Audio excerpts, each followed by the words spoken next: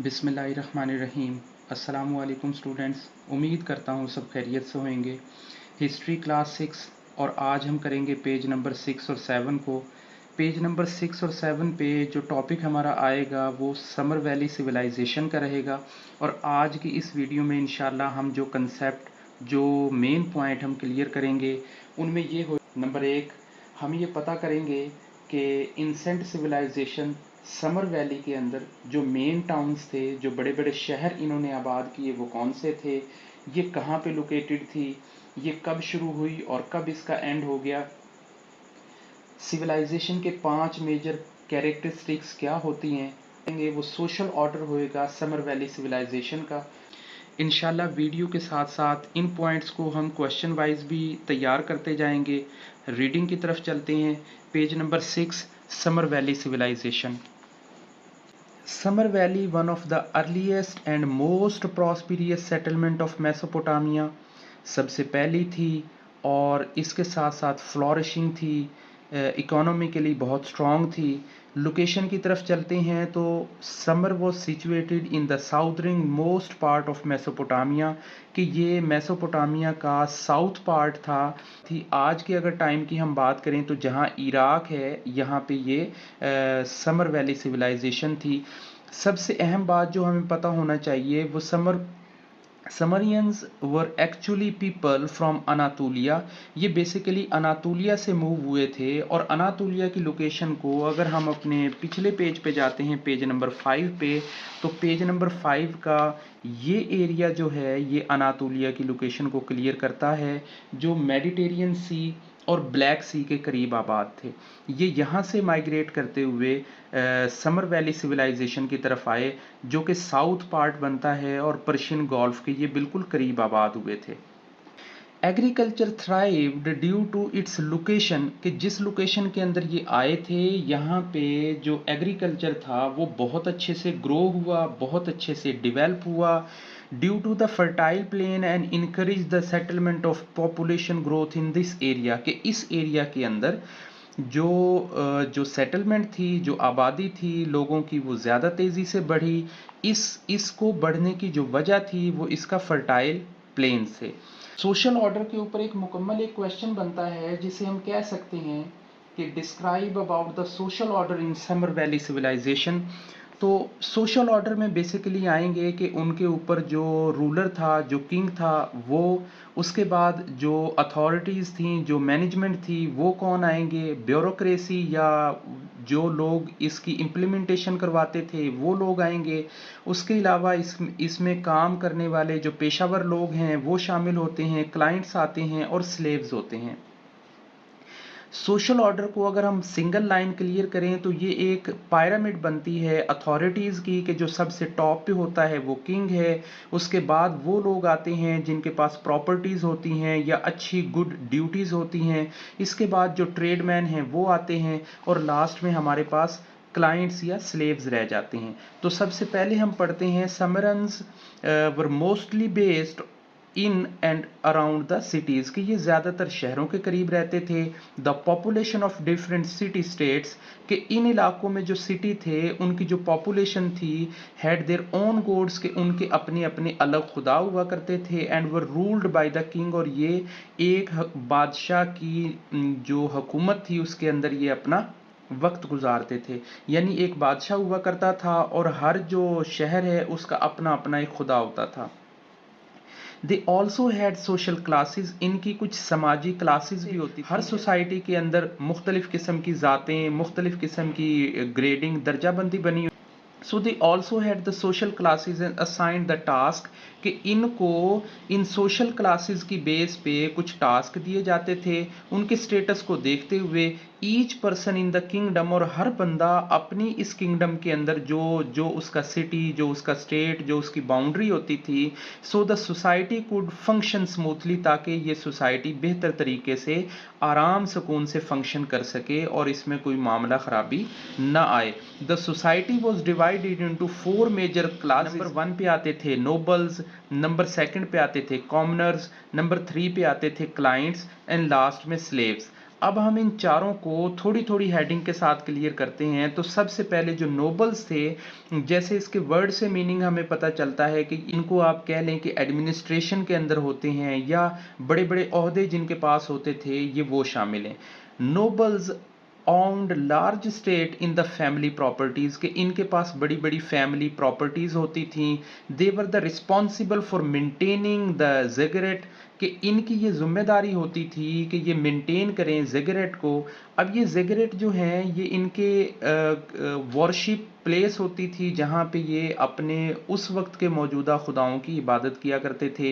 ये जो ज़िगरेट होते थे इनकी ना सिर्फ वहाँ पे वो इबादत गाह होती थी, बल्कि इससे रिलेटेड कोई ज़मीनें, कोई जागीरें होती थी जो इसकी मलकियत होती थी, और वहाँ से इनकी देख रेख और इनसे जो आमदनी हासिल होती थी वो इसे मेंटेनेंस के लिए इस्तेमाल करते थे।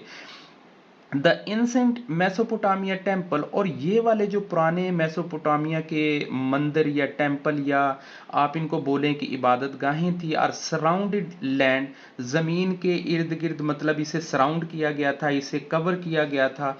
Every city had its own ziggurat, जब हर सिटी का आपने ऊपर सोशल ऑर्डर में पढ़ा कि हर सिटी का अपना गॉड होता था, तो इस हिसाब से उनका हर सिटी के अंदर अपनी इबादत गाह भी होती थी। नोबल्स कंट्रोल द एडमिनिस्ट्रेशन, ये जो नोबल्स थे इनकी ड्यूटीज़ के अंदर शामिल था या इनकी पावर्स के अंदर ये शामिल था कि ये एडमिनिस्ट्रेशन को कंट्रोल करते थे, ब्यूरोक्रेसी को कंट्रोल करते थे। ब्यूरोक्रेसी को अगर हम सिंगल वर्ड में एक्सप्लेन करें तो इससे मतलब होता है कि अफसरशाही या नौकरशाही या बड़े बड़े ओहदे जो उस वक्त के होते थे, जो बड़े बड़े ओहदे उस वक्त के होते थे वो ब्यूरोक्रेसी के अंदर आते थे। Of the city behalf of the royalty, कि इन सारी पावर्स को वो एक बादशाह की तरफ से रिसीव करते थे।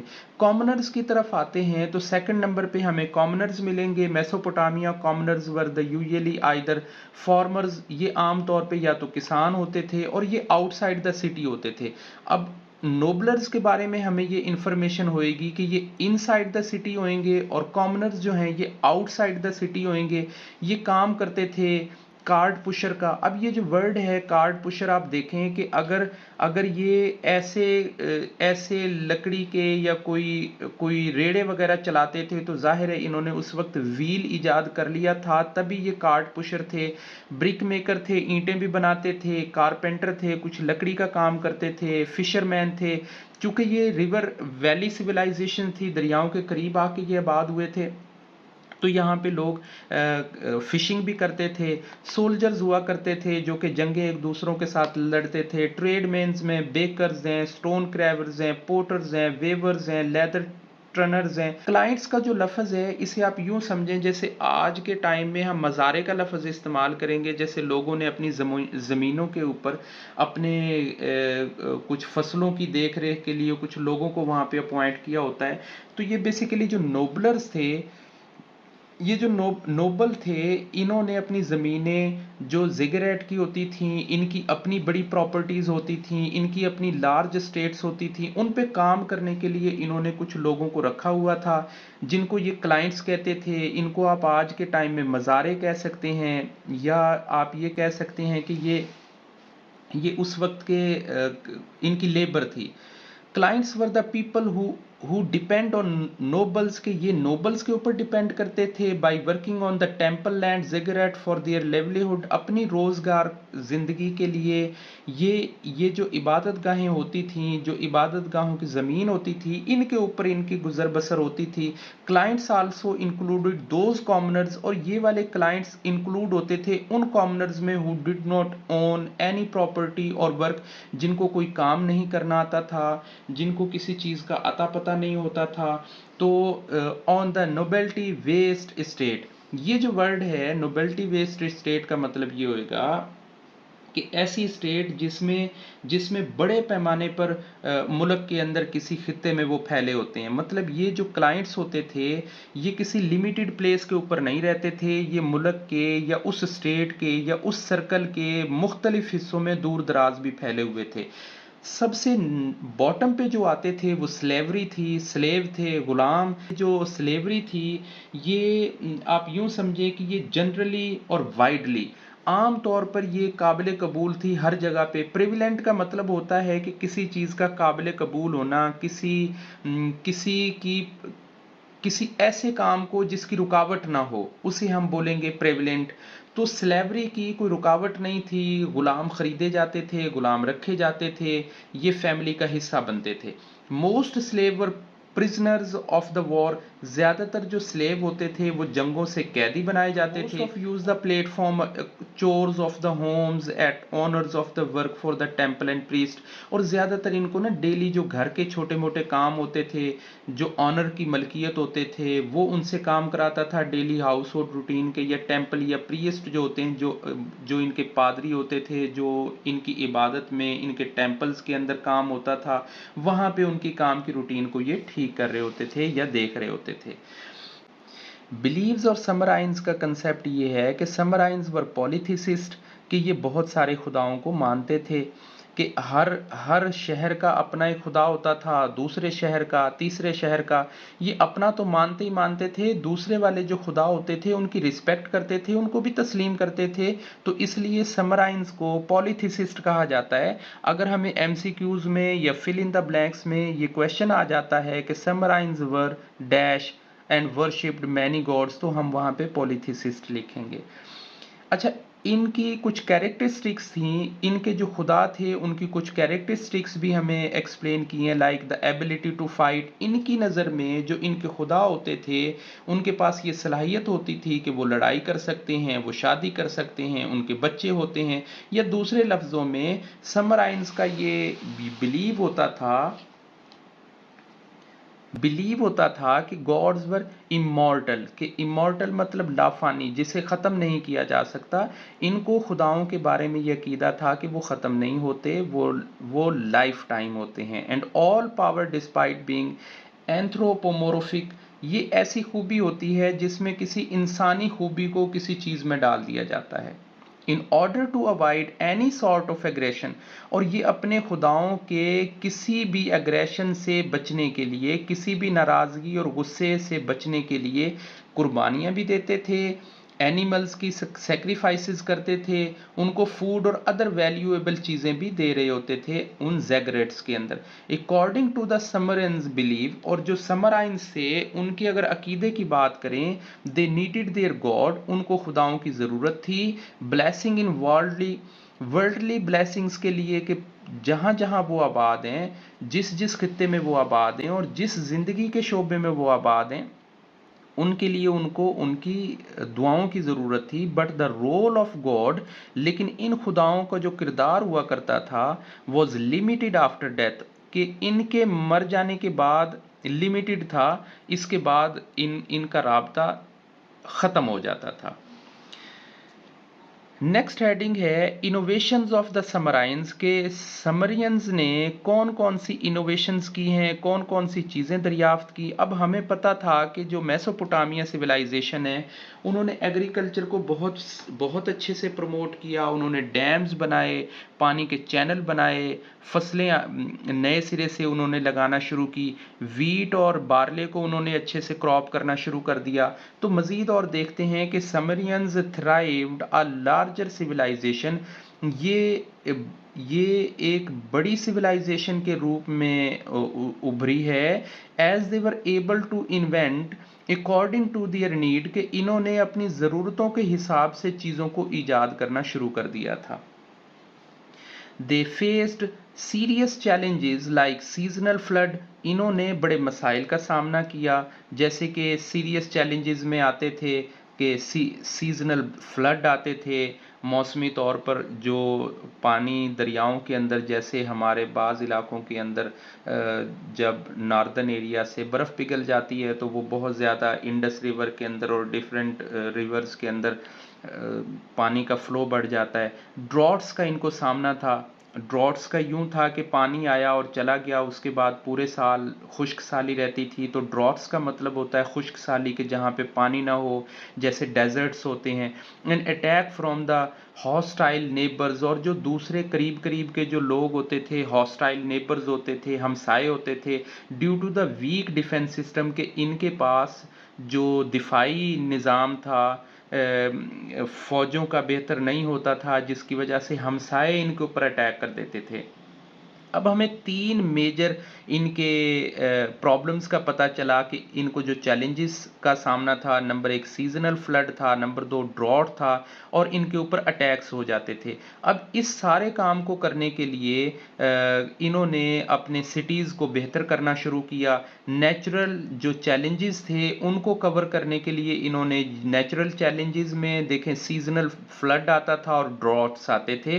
तो इन्होंने जो नेचुरल चैलेंजेस थे उनको कवर करने के लिए डग कैनाल्स के इन्होंने नहरें खोदी, इरिगेशन सिस्टम को बेहतर किया, कंट्रोल वाटर फ्लो इन्होंने बेहतर किया कि जब ज़रूरत हो तब पानी को निकाला जाए और जब ज़रूरत नहीं होए तो उसको रोक लिया जाए, यानी डैम सिस्टम इन्होंने इंट्रोड्यूस करवाया to overcome flood and drought, के जिसे काबू पाया जा सके सैलाब के दिनों में भी और खुश्क साली के दिनों में भी। सिक्योरिटी फॉर हॉस्टाइल कम्युनिटीज़, अब जो तीसरा इशू था, ये जो हॉस्टाइल कम्युनिटीज़ का अटैक हो जाता था, उसके लिए उन्होंने इंश्योर किए कि इन्होंने बिल्डिंग्स बाउंड्री बना ली, वॉल्स अपने सिटी एरिया के अराउंड, जैसे कि आप यहाँ पे देखेंगे बाउंड्री वॉल्स इन्होंने बनाना शुरू कर दी थी, ताकि बाहर से जो इन्वेडर्स आते थे या जो अटैक इनके ऊपर हो रहा था या जो लोग इनके ऊपर हमलावर होते थे उनको कवर किया जा सके। अब इन्होंने दीवार बनाने के लिए जो टेक्नोलॉजी यूज़ की वो मड एंड ब्रिक्स की, कि मट्टी की और ईंटें जो गर्म करके सूरज की रोशनी में उनको खुश करके ये बनाते थे, तो उन ईंटों का इन्होंने इस्तेमाल किया ताकि मजबूत रहें।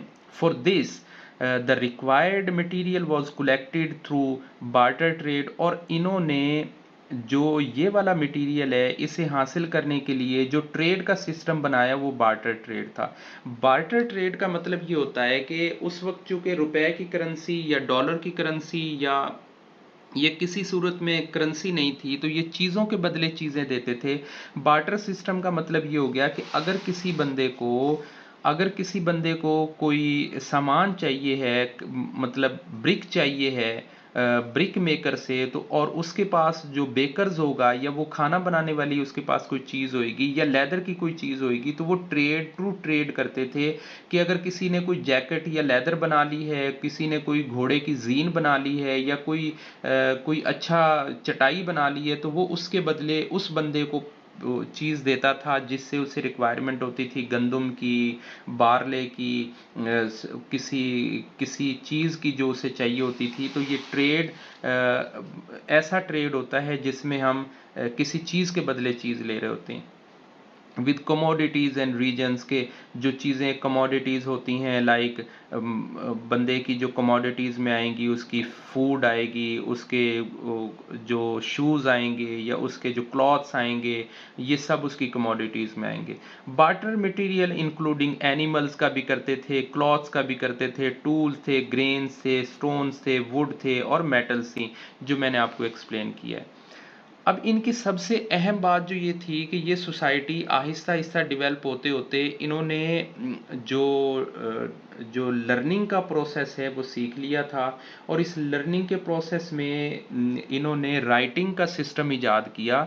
समराइन्स were the first invent writing and wrote on the clay tablet the monoliths, कि इन्होंने सबसे पहले जो मट्टी के बने हुए ऐसे टैबलेट यूज़ किए जिनके ऊपर ये कुछ शक्लें बना के, कुछ चीज़ों के डिज़ाइन बना के अपने अपने से अंदाज के अंदर ये उसके अंदर अपनी लैंग्वेज का इस्तेमाल करते थे।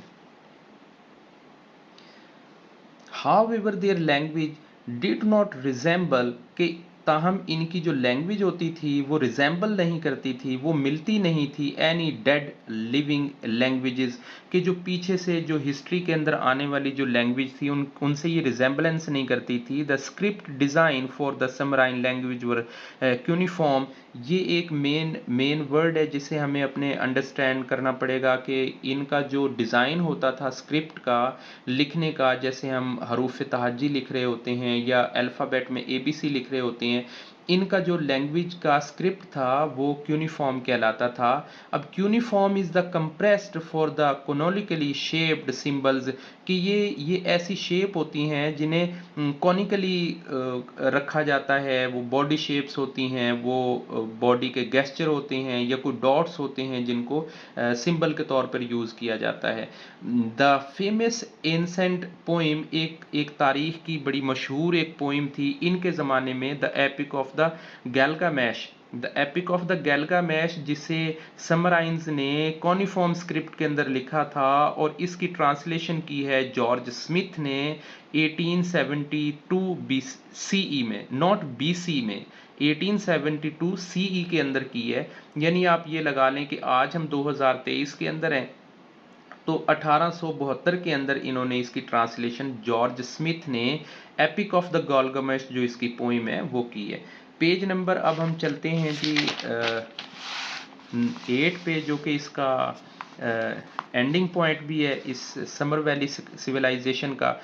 टॉपिक ये बनता है decline of the Sumer valley civilization. तो the Sumer city states were constantly at war with each other, के ये हमेशा एक दूसरे से मुसलसल लड़ाई झगड़े, मुसलसल उलझ रहे थे। The lack of the uniformed state led to attack to the neighbour states, के एक दूसरे से यकजहती ना होना, एक तरीके से एक जगह पे इकट्ठे होकर ना काम करने की, ये जो वजूहात थी इनको कमज़ोर कर रही थी। They were first defeated by their neighbours, के इनको सबसे पहले जिन्होंने शिकस्त दी वो इनके नेबर में ही बैठे हुए थे, आर्केडियंस। अब अगर यहाँ पे इस मैप को हम देखें तो बेबोलिनियन से, और ये जो एरिया सिविलाइजेशन का था ये था समर वैली सिविलाइजेशन। अब यहाँ से समर का नाम सिर्फ इसलिए ख़त्म हो गया था कि जब इनको आर्केडियंस ने और बेबोलिनियंस ने शिकस्त दे दी थी, तो अब जो ये मैप है इसके अंदर ये बेबोलिनियन शो हो रहा है। अब अगर हमें इस मैप को पिछले पेज पे लेके चलते हैं, पेज नंबर 6 पे, तो हम देख पाएंगे कि यहाँ पे समरन्स भी थे, आर्केडियंस भी थे और बबुलिनियंस भी थे। तो सबसे पहले इनको जिस सिविलाइजेशन ने डिफीट किया वो आर्केडियंस थे, और उसके बाद बेबुलिनियंस ने मुकम्मल इनकी कमर तोड़ दी और तकरीबन कोई 900 ईयर्स की सिविलाइजेशन जो थी वो ख़त्म हो गई। They were first defeated by their neighbors Akkadians around 2300 BCE and later by the Babylonians, और यहाँ पे आके ये समर वैली सिविलाइजेशन ख़त्म हो जाती है। अब इंशाल्लाह नेक्स्ट वीडियो के अंदर हम बेबीलोनियन सिविलाइजेशन को करेंगे।